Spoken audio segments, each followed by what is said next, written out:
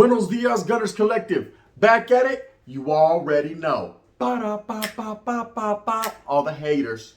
Ba-da-ba-ba-ba. Like a motherfucking ba-da-ba-ba-ba. Like a motherfucking smack at it. Bye-ya. Bye-ya. Bye-ya. Or as you can tell by that thumbnail, we're going to get into some real life shit right here. I'm going to tell you guys a little story, right? A few stories. Some facts, some actual factuals, and some of that real shit. In a menudo style, right? We're going to get to it, some knowledge that you can't get in college. Trip out on this, right? First and foremost, let me address some of these haters, okay? There we go. They've been addressed. Now let's get straight into it, right? In real life, we're talking about the Fresno Bulldogs versus the 6 Deuce Diamond Crips. Oh, I said a name a lot of people haven't heard before, right? 6 Deuce Diamond Crips. Shout out and respects to both these organizations, both these groups, because they both held it down in the city of Fresno for a very, very long time. I've had interaction with both groups, and I'll tell you right now, it's like, yeah, I wasn't trying to get bit, and I definitely wasn't trying to get shot, right? We doing it like that. But the Fresno Bulldogs, we've heard their stories several times. I've said it. A lot of people have filled it up but unlet it, right? They're about their business in the city of Fresno. They definitely have the city of Fresno on lockdown, but there are other groups in the city of Fresno that are thriving. Other organizations, other cliques, other gangs, hoods, barrios, or whatever the case may be, that basically are thriving as well. And they're slept on.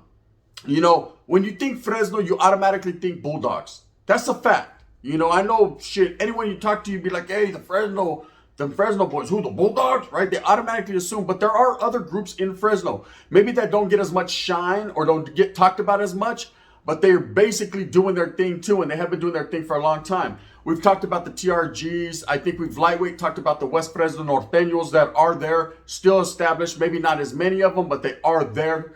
But another group that is very well known and that I've known about since I was a young kid are the 6 Deuce Diamond Crips. Shout outs, right? I remember being in CYA, getting to NRCC, and this was my first interaction running into the 6 Deuce Diamond Crips. There was a big black dude there. I don't know his name, man. He was pretty big though. He stood out amongst the rest. Now, when I got to NRCC, which is located in Sacramento, which was the reception for YA, most of the Africano brothers that were there were from Oak Park Bloods. Okay, you'd have a few little sprinkled in from Stockton, 44 Gs, and then you'd have some Bay Area cats that found themselves out there, right? Usually there wasn't too many, but for the most part, most of the guys that were there were from Oak Park Bloods. There was a couple Garden Block Crips from Sacramento, and them and the Oak Park Bloods used to have each other on site at that specific time. This was like 91, 92. These vatos were fucking tearing each other's heads off, right? I mean, right on site. It was like north-south shit, you know what I mean? As soon as they seen each other in reception, they was getting it on. But this big vato was fucking from 6 Deuce Diamond Crip, and I remember seeing he had a big old Fresno on his chest. And I was like, damn, that's a big old Fresno Bulldog. They were like, nah, he's a Cripa. He's a Crip from Fresno. And I ended up talking to him, and he was from 6 Deuce Diamond, right? Now, that was my first interaction. Cool dude, man. No one fucked with him. He was a big old boy. No one wanted that smoke, right? And the Fresno Bulldogs that were there didn't really trip off him. They were all cool because they were from the city of Fresno. They used to chop it up and be like, hey, what's up, dog? What's up, big dog? And boop, boop, back and forth. You got to understand at this time, Bulldogs were still Norteños, so it was all like, there was a lot of interaction there, especially with Norteños and Crips. We was cool to each other, very cool. You know what I mean? We had a lot of verbiage for each other. There was a lot of words being exchanged in a good note. So anyways, man, I gravitated to Fred C. Nellis. We know the story, man, down south. And when I'm down south, there was no 6 Deuce Diamond Crips there. In fact, there was nothing but LA Crips and just a lot of different hoods that I ran into. But these LA Crips, I would hear them talking, I would chop it up with them, and I would mention 6 Deuce Diamond as, because they would ask, some of them would ask me, are there Crip gangs up north? A lot of them had never been up north. You know, they're just from down south where they lived. That's because they ain't never been past the line of Bakersfield. Bakersfield, what I live? They just, so they used to ask questions like, hey, bro, you ever run into vatos from fucking this? And I said, yeah, there's 6 Deuce Diamond in Fresno. There's 44 Gs in Stockton. There's Merced Gangsta Crips where I'm from. You know what I mean? I'd be giving the rundown from what I knew. I didn't know too much. I was a young kid, but I had heard around the, you know, the word on the curb and just, you know, the streets talk. I had heard a little bit. And so 6 Deuce Diamond Crips, a lot of them had heard of that gang and they respected it. They were like, yeah, oh yeah, we heard about that. Woo, woo. And I think they were an offshoot of East Coast, if I'm correct. I could be totally wrong, right? The ones in Fresno could be their own entity. But from what I heard, that they were an offshoot of the East Coast Crips, man. So there was a lot of love there. Okay, as I went to Preston is when I first met some real 6 dudes Diamond Crips that were really, they can get it on in any type of weather, right? They were actually going at it right there with the Bay Area cats, right? So let me tell you a story. We're all on the compa Cedar. Okay, Cedar was the reception unit when you get to Preston.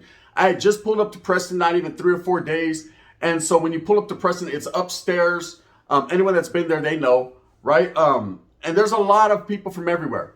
Okay, one dorm, little day room, fucking, it's kind of different, man. You get to Preston, coming from anywhere else, you're feeling like you're in prison. It's more prison, you get that prison feeling, right? Whereas in Nellis, yeah, it was YA, there was fences with barbed wire and shit, people were stabbing each other, but it still felt like a kid camp. It still felt like CYA. Whereas you get to Preston, you feel like, okay, I'm in prison. Something's crazy. The wind's blowing, 2 fingers. The wind, you know what I mean? She likes that. The wind's blowing, right? So anyways, we're over there in Preston, and there's like 3 guys on the compa from 6 Deuce Diamond Crip. And when I get there, the homeboys that are there, they're cool with them. They're hella cool with them. They sat with us. We all sat together. We all kind of chilled together. It was like a loose alliance there. And it was all good in the hood, man. I'm not questioning it or nothing. Like, fuck it. You know what I mean? These are the homies. We're going to rock with it. Now, there were some Bulldogs on the compa. There was some Norteños. There was some 6 Deuce Diamond Crips. There was some Southside. A little bit of everybody was there, right? And nobody was really tripping on each other. But the 2 groups that were tripping on each other, lightweight, were the Kumis and the Crips. Well, quiet as it's kept, man, I ended up going to medical. They took like 10 of us to medical because we would go, you know, you just get there. So they go give you your shots, you know what I mean, ask you questions or whatever. They're trying to figure out what compas they're going to send you to. It's a reception. So as we left, I remember when we came back, it was eerily quiet. What had happened while we were gone is they were all playing spades and dominoes together, man, and somebody stepped on somebody's foot and somebody touched somebody's butt and somebody pushed somebody. And next thing you know, there was a riot between the Norteños and as well as the Kumis and the Crips, right? The Crips rocking with the Norteños. That's just the way it went down. So there was a lot of guys that were gone. It was empty in that motherfucker. I was like, hey, Lucky. There was a homeboy, Lucky. I should go with. Where are you, Lucky? No, Lucky. He was unlucky that day, right? He was gone. He got caught up in this little melee, and that was it. The placas are like, just take it down to your bunks. You know what I mean? We're on a lightweight lockdown until about dinner time, right? Fuck it then. That's how it goes. And then I remember seeing a couple of those 6 Deuce Diamond Crips in Tamarack, which was the Oyo. When I went to the Oyo, they were still back there, man. They were rocking in that motherfucker. Every time they came out, they would get off. And that's just their mentality, man. Coming from Fresno and being Cripas, man, they felt like that everybody was against them. And I could see that mentality being because the LA Crips didn't really fuck with them too much. You know what I mean? Them being fucking from up north. And then, of course, they were going at it with the Sangres and the Kumis at that time. So it was kind of like, Then it gravitated into them going at it with the Fresno Bulldogs. A Bulldog ends up coming to Preston, who I guess, man, he had gotten into a shootout with the 6 Deuce Diamond Crip on the streets.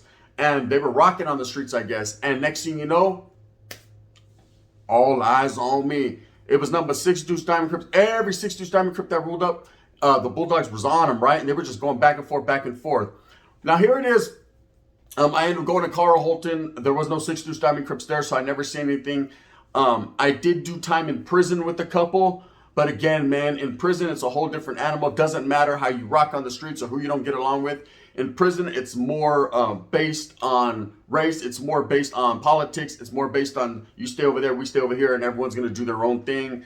Of course, there was no Bulldogs on the yards that I was on. You know, they were segregated and put on their own yards. So there was never a chance for a 6 Deuce Diamond Crip and a Bulldog to link up and go at it. But I started hearing stories about the streets in the city of Fresno. Okay, when you got 2 big gangs from one city, and one gang thinks that they dominate the city, and perhaps they may, right? Like the Fresno Bulldogs, this other larger group, like 6 Deuce Diamond Crips, are gonna feel some type of way. So over the years, man, from what I've heard, there's been a lot of tension, and there's been a lot of going back and forth, right? Now, some of the people that I talk to, some of the perros, if you talk to a perro, they'll tell you, nah, 6 Deuce, they don't pose no threat to us. They're just a little gang. They're just doing their thing. They've been doing their thing for years. I said, well, dang, that's not what I heard, right? I heard some other shit, homie. You know what I mean? So I was scared. And what I heard, man, is that 6 Deuce Diamond been putting it down for several years. Been doing their thing, okay? not to be taken lightly, to be well respected, man, and not to be slept on. And that's what happens when you sleep on certain gangs because maybe they're not as deep. There's hitters from everywhere. There's definitely hitters from everywhere and people that will handle their business. You can't sleep on motherfuckers. You think hey, we're not even tripping up there about those. You know what I mean? Next thing you know, you better fucking LA Dodge. You know what I mean? You better be a orale or a Hershiser. You better be able to pitch some shit because I'm telling you, motherfuckers ain't playing. Anyone coming from the city of Fresno knows it's grimy. Okay? There's a lot that's been happening. It's like the city of Stockton. It's the equivalent to Stockton, only a little bigger, right? They've been wiggling. You know what I mean? You have to grow up a little bit harder than others. Okay? You have to grow up with the mentality, man, that, you know, it's all eyes on you. Nobody likes the city of Fresno up in Northern California. And as you get further down south, man, they don't care anyways. So it's kind of like a dog-eat-dog world there. You know, they fight amongst themselves. So for any gang to thrive for that long as they've been doing, they need to be about that shit. You know, Six Deuce Diamond have definitely been about that shit. But the Bulldogs, we already know what it is with them. They're so deep that any other gang that tries to start up or any other gang that decides to become a rival of the Bulldogs usually gets eaten up. Other than puppy chow, they usually get fucking chewed up. And that's because you have so many Bulldogs in the city on the east side and then, of course, all the surrounding areas. The north side, then you got all the county that surrounds. I mean, how can a fucking gang survive? It flabbergasts me. You know what I mean? How that shit happens. But it does. Okay? I guess there have been periods throughout Fresno's history, you know, in gangbanging where Six Deuce and Bulldogs have been cool and then not, and then cool and then not. Kind of like we went through in Merced with the Merced Gangster Crips. At this point in time, I don't know how it's rocking. Probably not good. But there was periods in time where we were cool, then we weren't, then we were cool, then we really weren't, then we were cool again, then we really, really weren't, right? I don't know at what stage they're at right now. If they're really, really not, probably really, really not. And then a lot of the times what would happen was the Merced Gangster Crips would gravitate to kicking it with the Southsiders from Atwater and from Winton and shit like that. Because there wasn't that many of them and they needed some backup. And so they fucking went and kicked it with the common enemy, which blows people's minds because that throws out the old saying out the door of, oh man, the Crips ain't gonna kick it with the Southside because the Southsiders roll with the white guys. No, The guys are a different animal. Let me tell you that much. Prison is too. In Merced County, man, the Crips be fucking with the Southsiders tough against Norteños. That's a fact, right? That's how it used to be. That's how. So just take my word for it. The wind's blowing. Saying it with my chest, right? So I can only imagine who the Six Deuce Diamond Crips clicked up with or kicked it with to go at it with the Fresno Bulldogs, because there's a lot of perros. You know, there's a lot of perros, and you know, it always boggles my mind. You know, how the fuck does a smaller gang like that survive surrounded by the enemiga? But then gangs have done it throughout the course of history. You had like the Maravillas, man, who everybody wanted them, but they were such a large gang that they had enough firepower and enough soldados to hang. But then you have gangs like Lowell and gangs like Opal Street and these other little gangs, man, that I've always wondered how they were able to fucking ride the wave, you know what I mean? Because it was a perfect storm there. They're surrounded by the enemiga. That only tells me that gangbanging wasn't like you think. It wasn't 24 hours a day. You know, motherfuckers just, if they happen to see you at the store, if you happen to see the wrong one, then it was going down. You know, it wasn't like fucking on at all times. There are some places where it is like that. You know, usually when the tensions are high is when someone has just gotten killed, someone has just passed away, or even someone with the, you know, someone that's well known. You know, you lose a homeboy, then it's headhunt season time. Now motherfuckers is really feeling themselves and they're really going at it, right? They have a reason to be mad. After a while, after bodies fall on both sides, it simmers down a little bit, but then it can kick back up. This is how it seems to me between Six Deuce Diamond Crips and the Bulldogs. You know, there was a lot of back and forth, man, and throughout the years, both these gangs were able to thrive, though, and get involved in other things besides just fighting. Okay? I do know that in Fresno, there's a lot of other groups as well. Okay? There's groups like TRG. So I know TRG was going at it with the Bulldogs quite extensively for a lot of years. And for the most part, a lot of the TRGs, although there still may be some in Fresno, a lot of them kind of gravitated out of there. And I know that the Asian boys did gravitate in, and that it started to be like that, you know. And things happen. things happen, man. But I know in the early 90s, man, the Fresno Bulldogs and them motherfucking TRGs was going at it. Right? The heads was getting toe off. It was called heads and shoulders. A lot more shoulders than heads. I'm telling you, people was tearing people's shit off. So I can only imagine the 6 Deuce Diamond Crips also becoming involved. At the end of the day, that's probably what had to happen for them to thrive. I would think that they would click up. But again, I don't know exactly because I wasn't right there in Fresno mobbing. I was in that motherfucker incarcerated. A ward of the state being locked down. A motherfucking ward of the state doing my own thing. Yes, in real life, haters, right? Anyways, it wasn't a cool thing though. But, you know what I mean? It is what it is. Anyways, yeah, I just wanted to touch on that because that was a war that's been happening in a long time. You know, between the Bulldogs and the 6 Deuce Diamond Crips. And it seems like my whole life I've heard about, 6 Deuce. I've heard about 6 Deuce. I got into it with the Volta from 6 Deuce before. 6 Deuce Diamond. And it was an unfortunate situation. He kept calling me a Bulldog. And I was like, I'm not a Bulldog, bro. You know what I mean? I'm a Norteño. And he couldn't figure out the difference. You know what I mean? Or maybe he did and he just wanted to be disrespectful and he knew that would make me mad. At the end of the day, it did. And it went a whole different route, right? Got ugly quick. But, I didn't hate the whole group because of this one individual, man. I always respected them from when I first met the very first one in NRCC, that big dude, because he was nothing but respectful, Holmes, and he was a true definition of a gangster, man. The way he handled his business with his enemies, the way that he didn't let motherfuckers clown on him, and just because he was solo bolo, he handled his business. That's the definition of a gangster. When you see as someone that's solo, someone that no one has his back, Holmes, he's just doing his thing. But he ain't no punk. Motherfuckers know better than to run up, man, because he'll handle his business like that, right?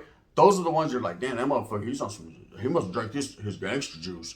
He didn't drink his haterade. He drank his gangster juice today, right? You know what I mean? Because he's G'd up from the feet up. He's ready to handle his business. So from that moment, that was the reflection of 6 Deuce Diamond Crip to me, okay, that I had. Like, damn, they must breed some soldiers out that motherfucker, right?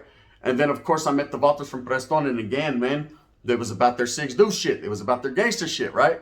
So all these different emotions come to whenever I, talk about 6 Deuce Diamond Crip, just because I've seen them handle their business. Now, when it comes to the Fresno Bulldogs, there's nothing but love and respect there. I've always had that respect for them because I know that just always get next to me, right? They packed me, stabbed me, jumped on me, and it was back and forth, right? So I already know how they get down, right? For the most part, the majority of them, right? There's going to be some poop butts from everywhere, right? But the majority of them will handle their motherfucking business quicker than quick, right? So I could see these two groups really, man, going at it in the city of Fresno and tearing it up. I'm sure there's a lot of fucking mothers crying, throughout the 90s and the 2000s just based on these two groups, because these two groups are harder than nails. Just what it is. Anyways, it was just something I wanted to put out there. With that being out there, with that being said, I hope that you move smooth with a purpose. I hope that you get everything that you want coming to you. Remember, at the end of the day, it's about struggling and striving for your own familia. Going out there, getting it for your people, man. Hustling. Money. Go get your money on, man. Go get your hustle on. Go bring that bag back so that way your familia can enjoy themselves, man. And do your thug thizzle, man. That's just the way it is. That's just the way it is. Orale Tupac, and that's the way it's going to be. You already know, man. If you like these stories, please hit a like and subscribe. Come fuck with your boy one time, man, with a thumbs up. If not, you can hit me with that thumbs down. Heavy is the head that wears the crown. I'm going to continue to strive and struggle for what I truly believe in. And that's the betterment of all people coming together. For the people that don't like me, for one reason or another, just based on someone else doesn't like me, so all of a sudden you don't like me. All I can say is, like I said in the beginning, that's on you, bro. You know what I mean? It doesn't affect me one way or the other. I'm going to continue to do what I does, cuz, you know what I mean? For reals, though. And that's just the way it's going to be, man. It's time for us Chicanos, us Mexicanos, us real ones to come together and to open up doors for our own gente, for our own people. If we don't do it, no one else will. Learn your historia. Take the time, to show some love to someone instead of taking time to show some hate. Because the hate ain't shit, It goes in one ear, going with earwax, out the other. But the love resonates, you know what I mean? Hey, it's easy to be a hater and a punk, It's hard to be a real righteous motherfucker, huh? Bang, bang. I know it is, If you feel some type of way, I got a phone number. Tap in. And that's just what it is. This is the gun. Bang, bang.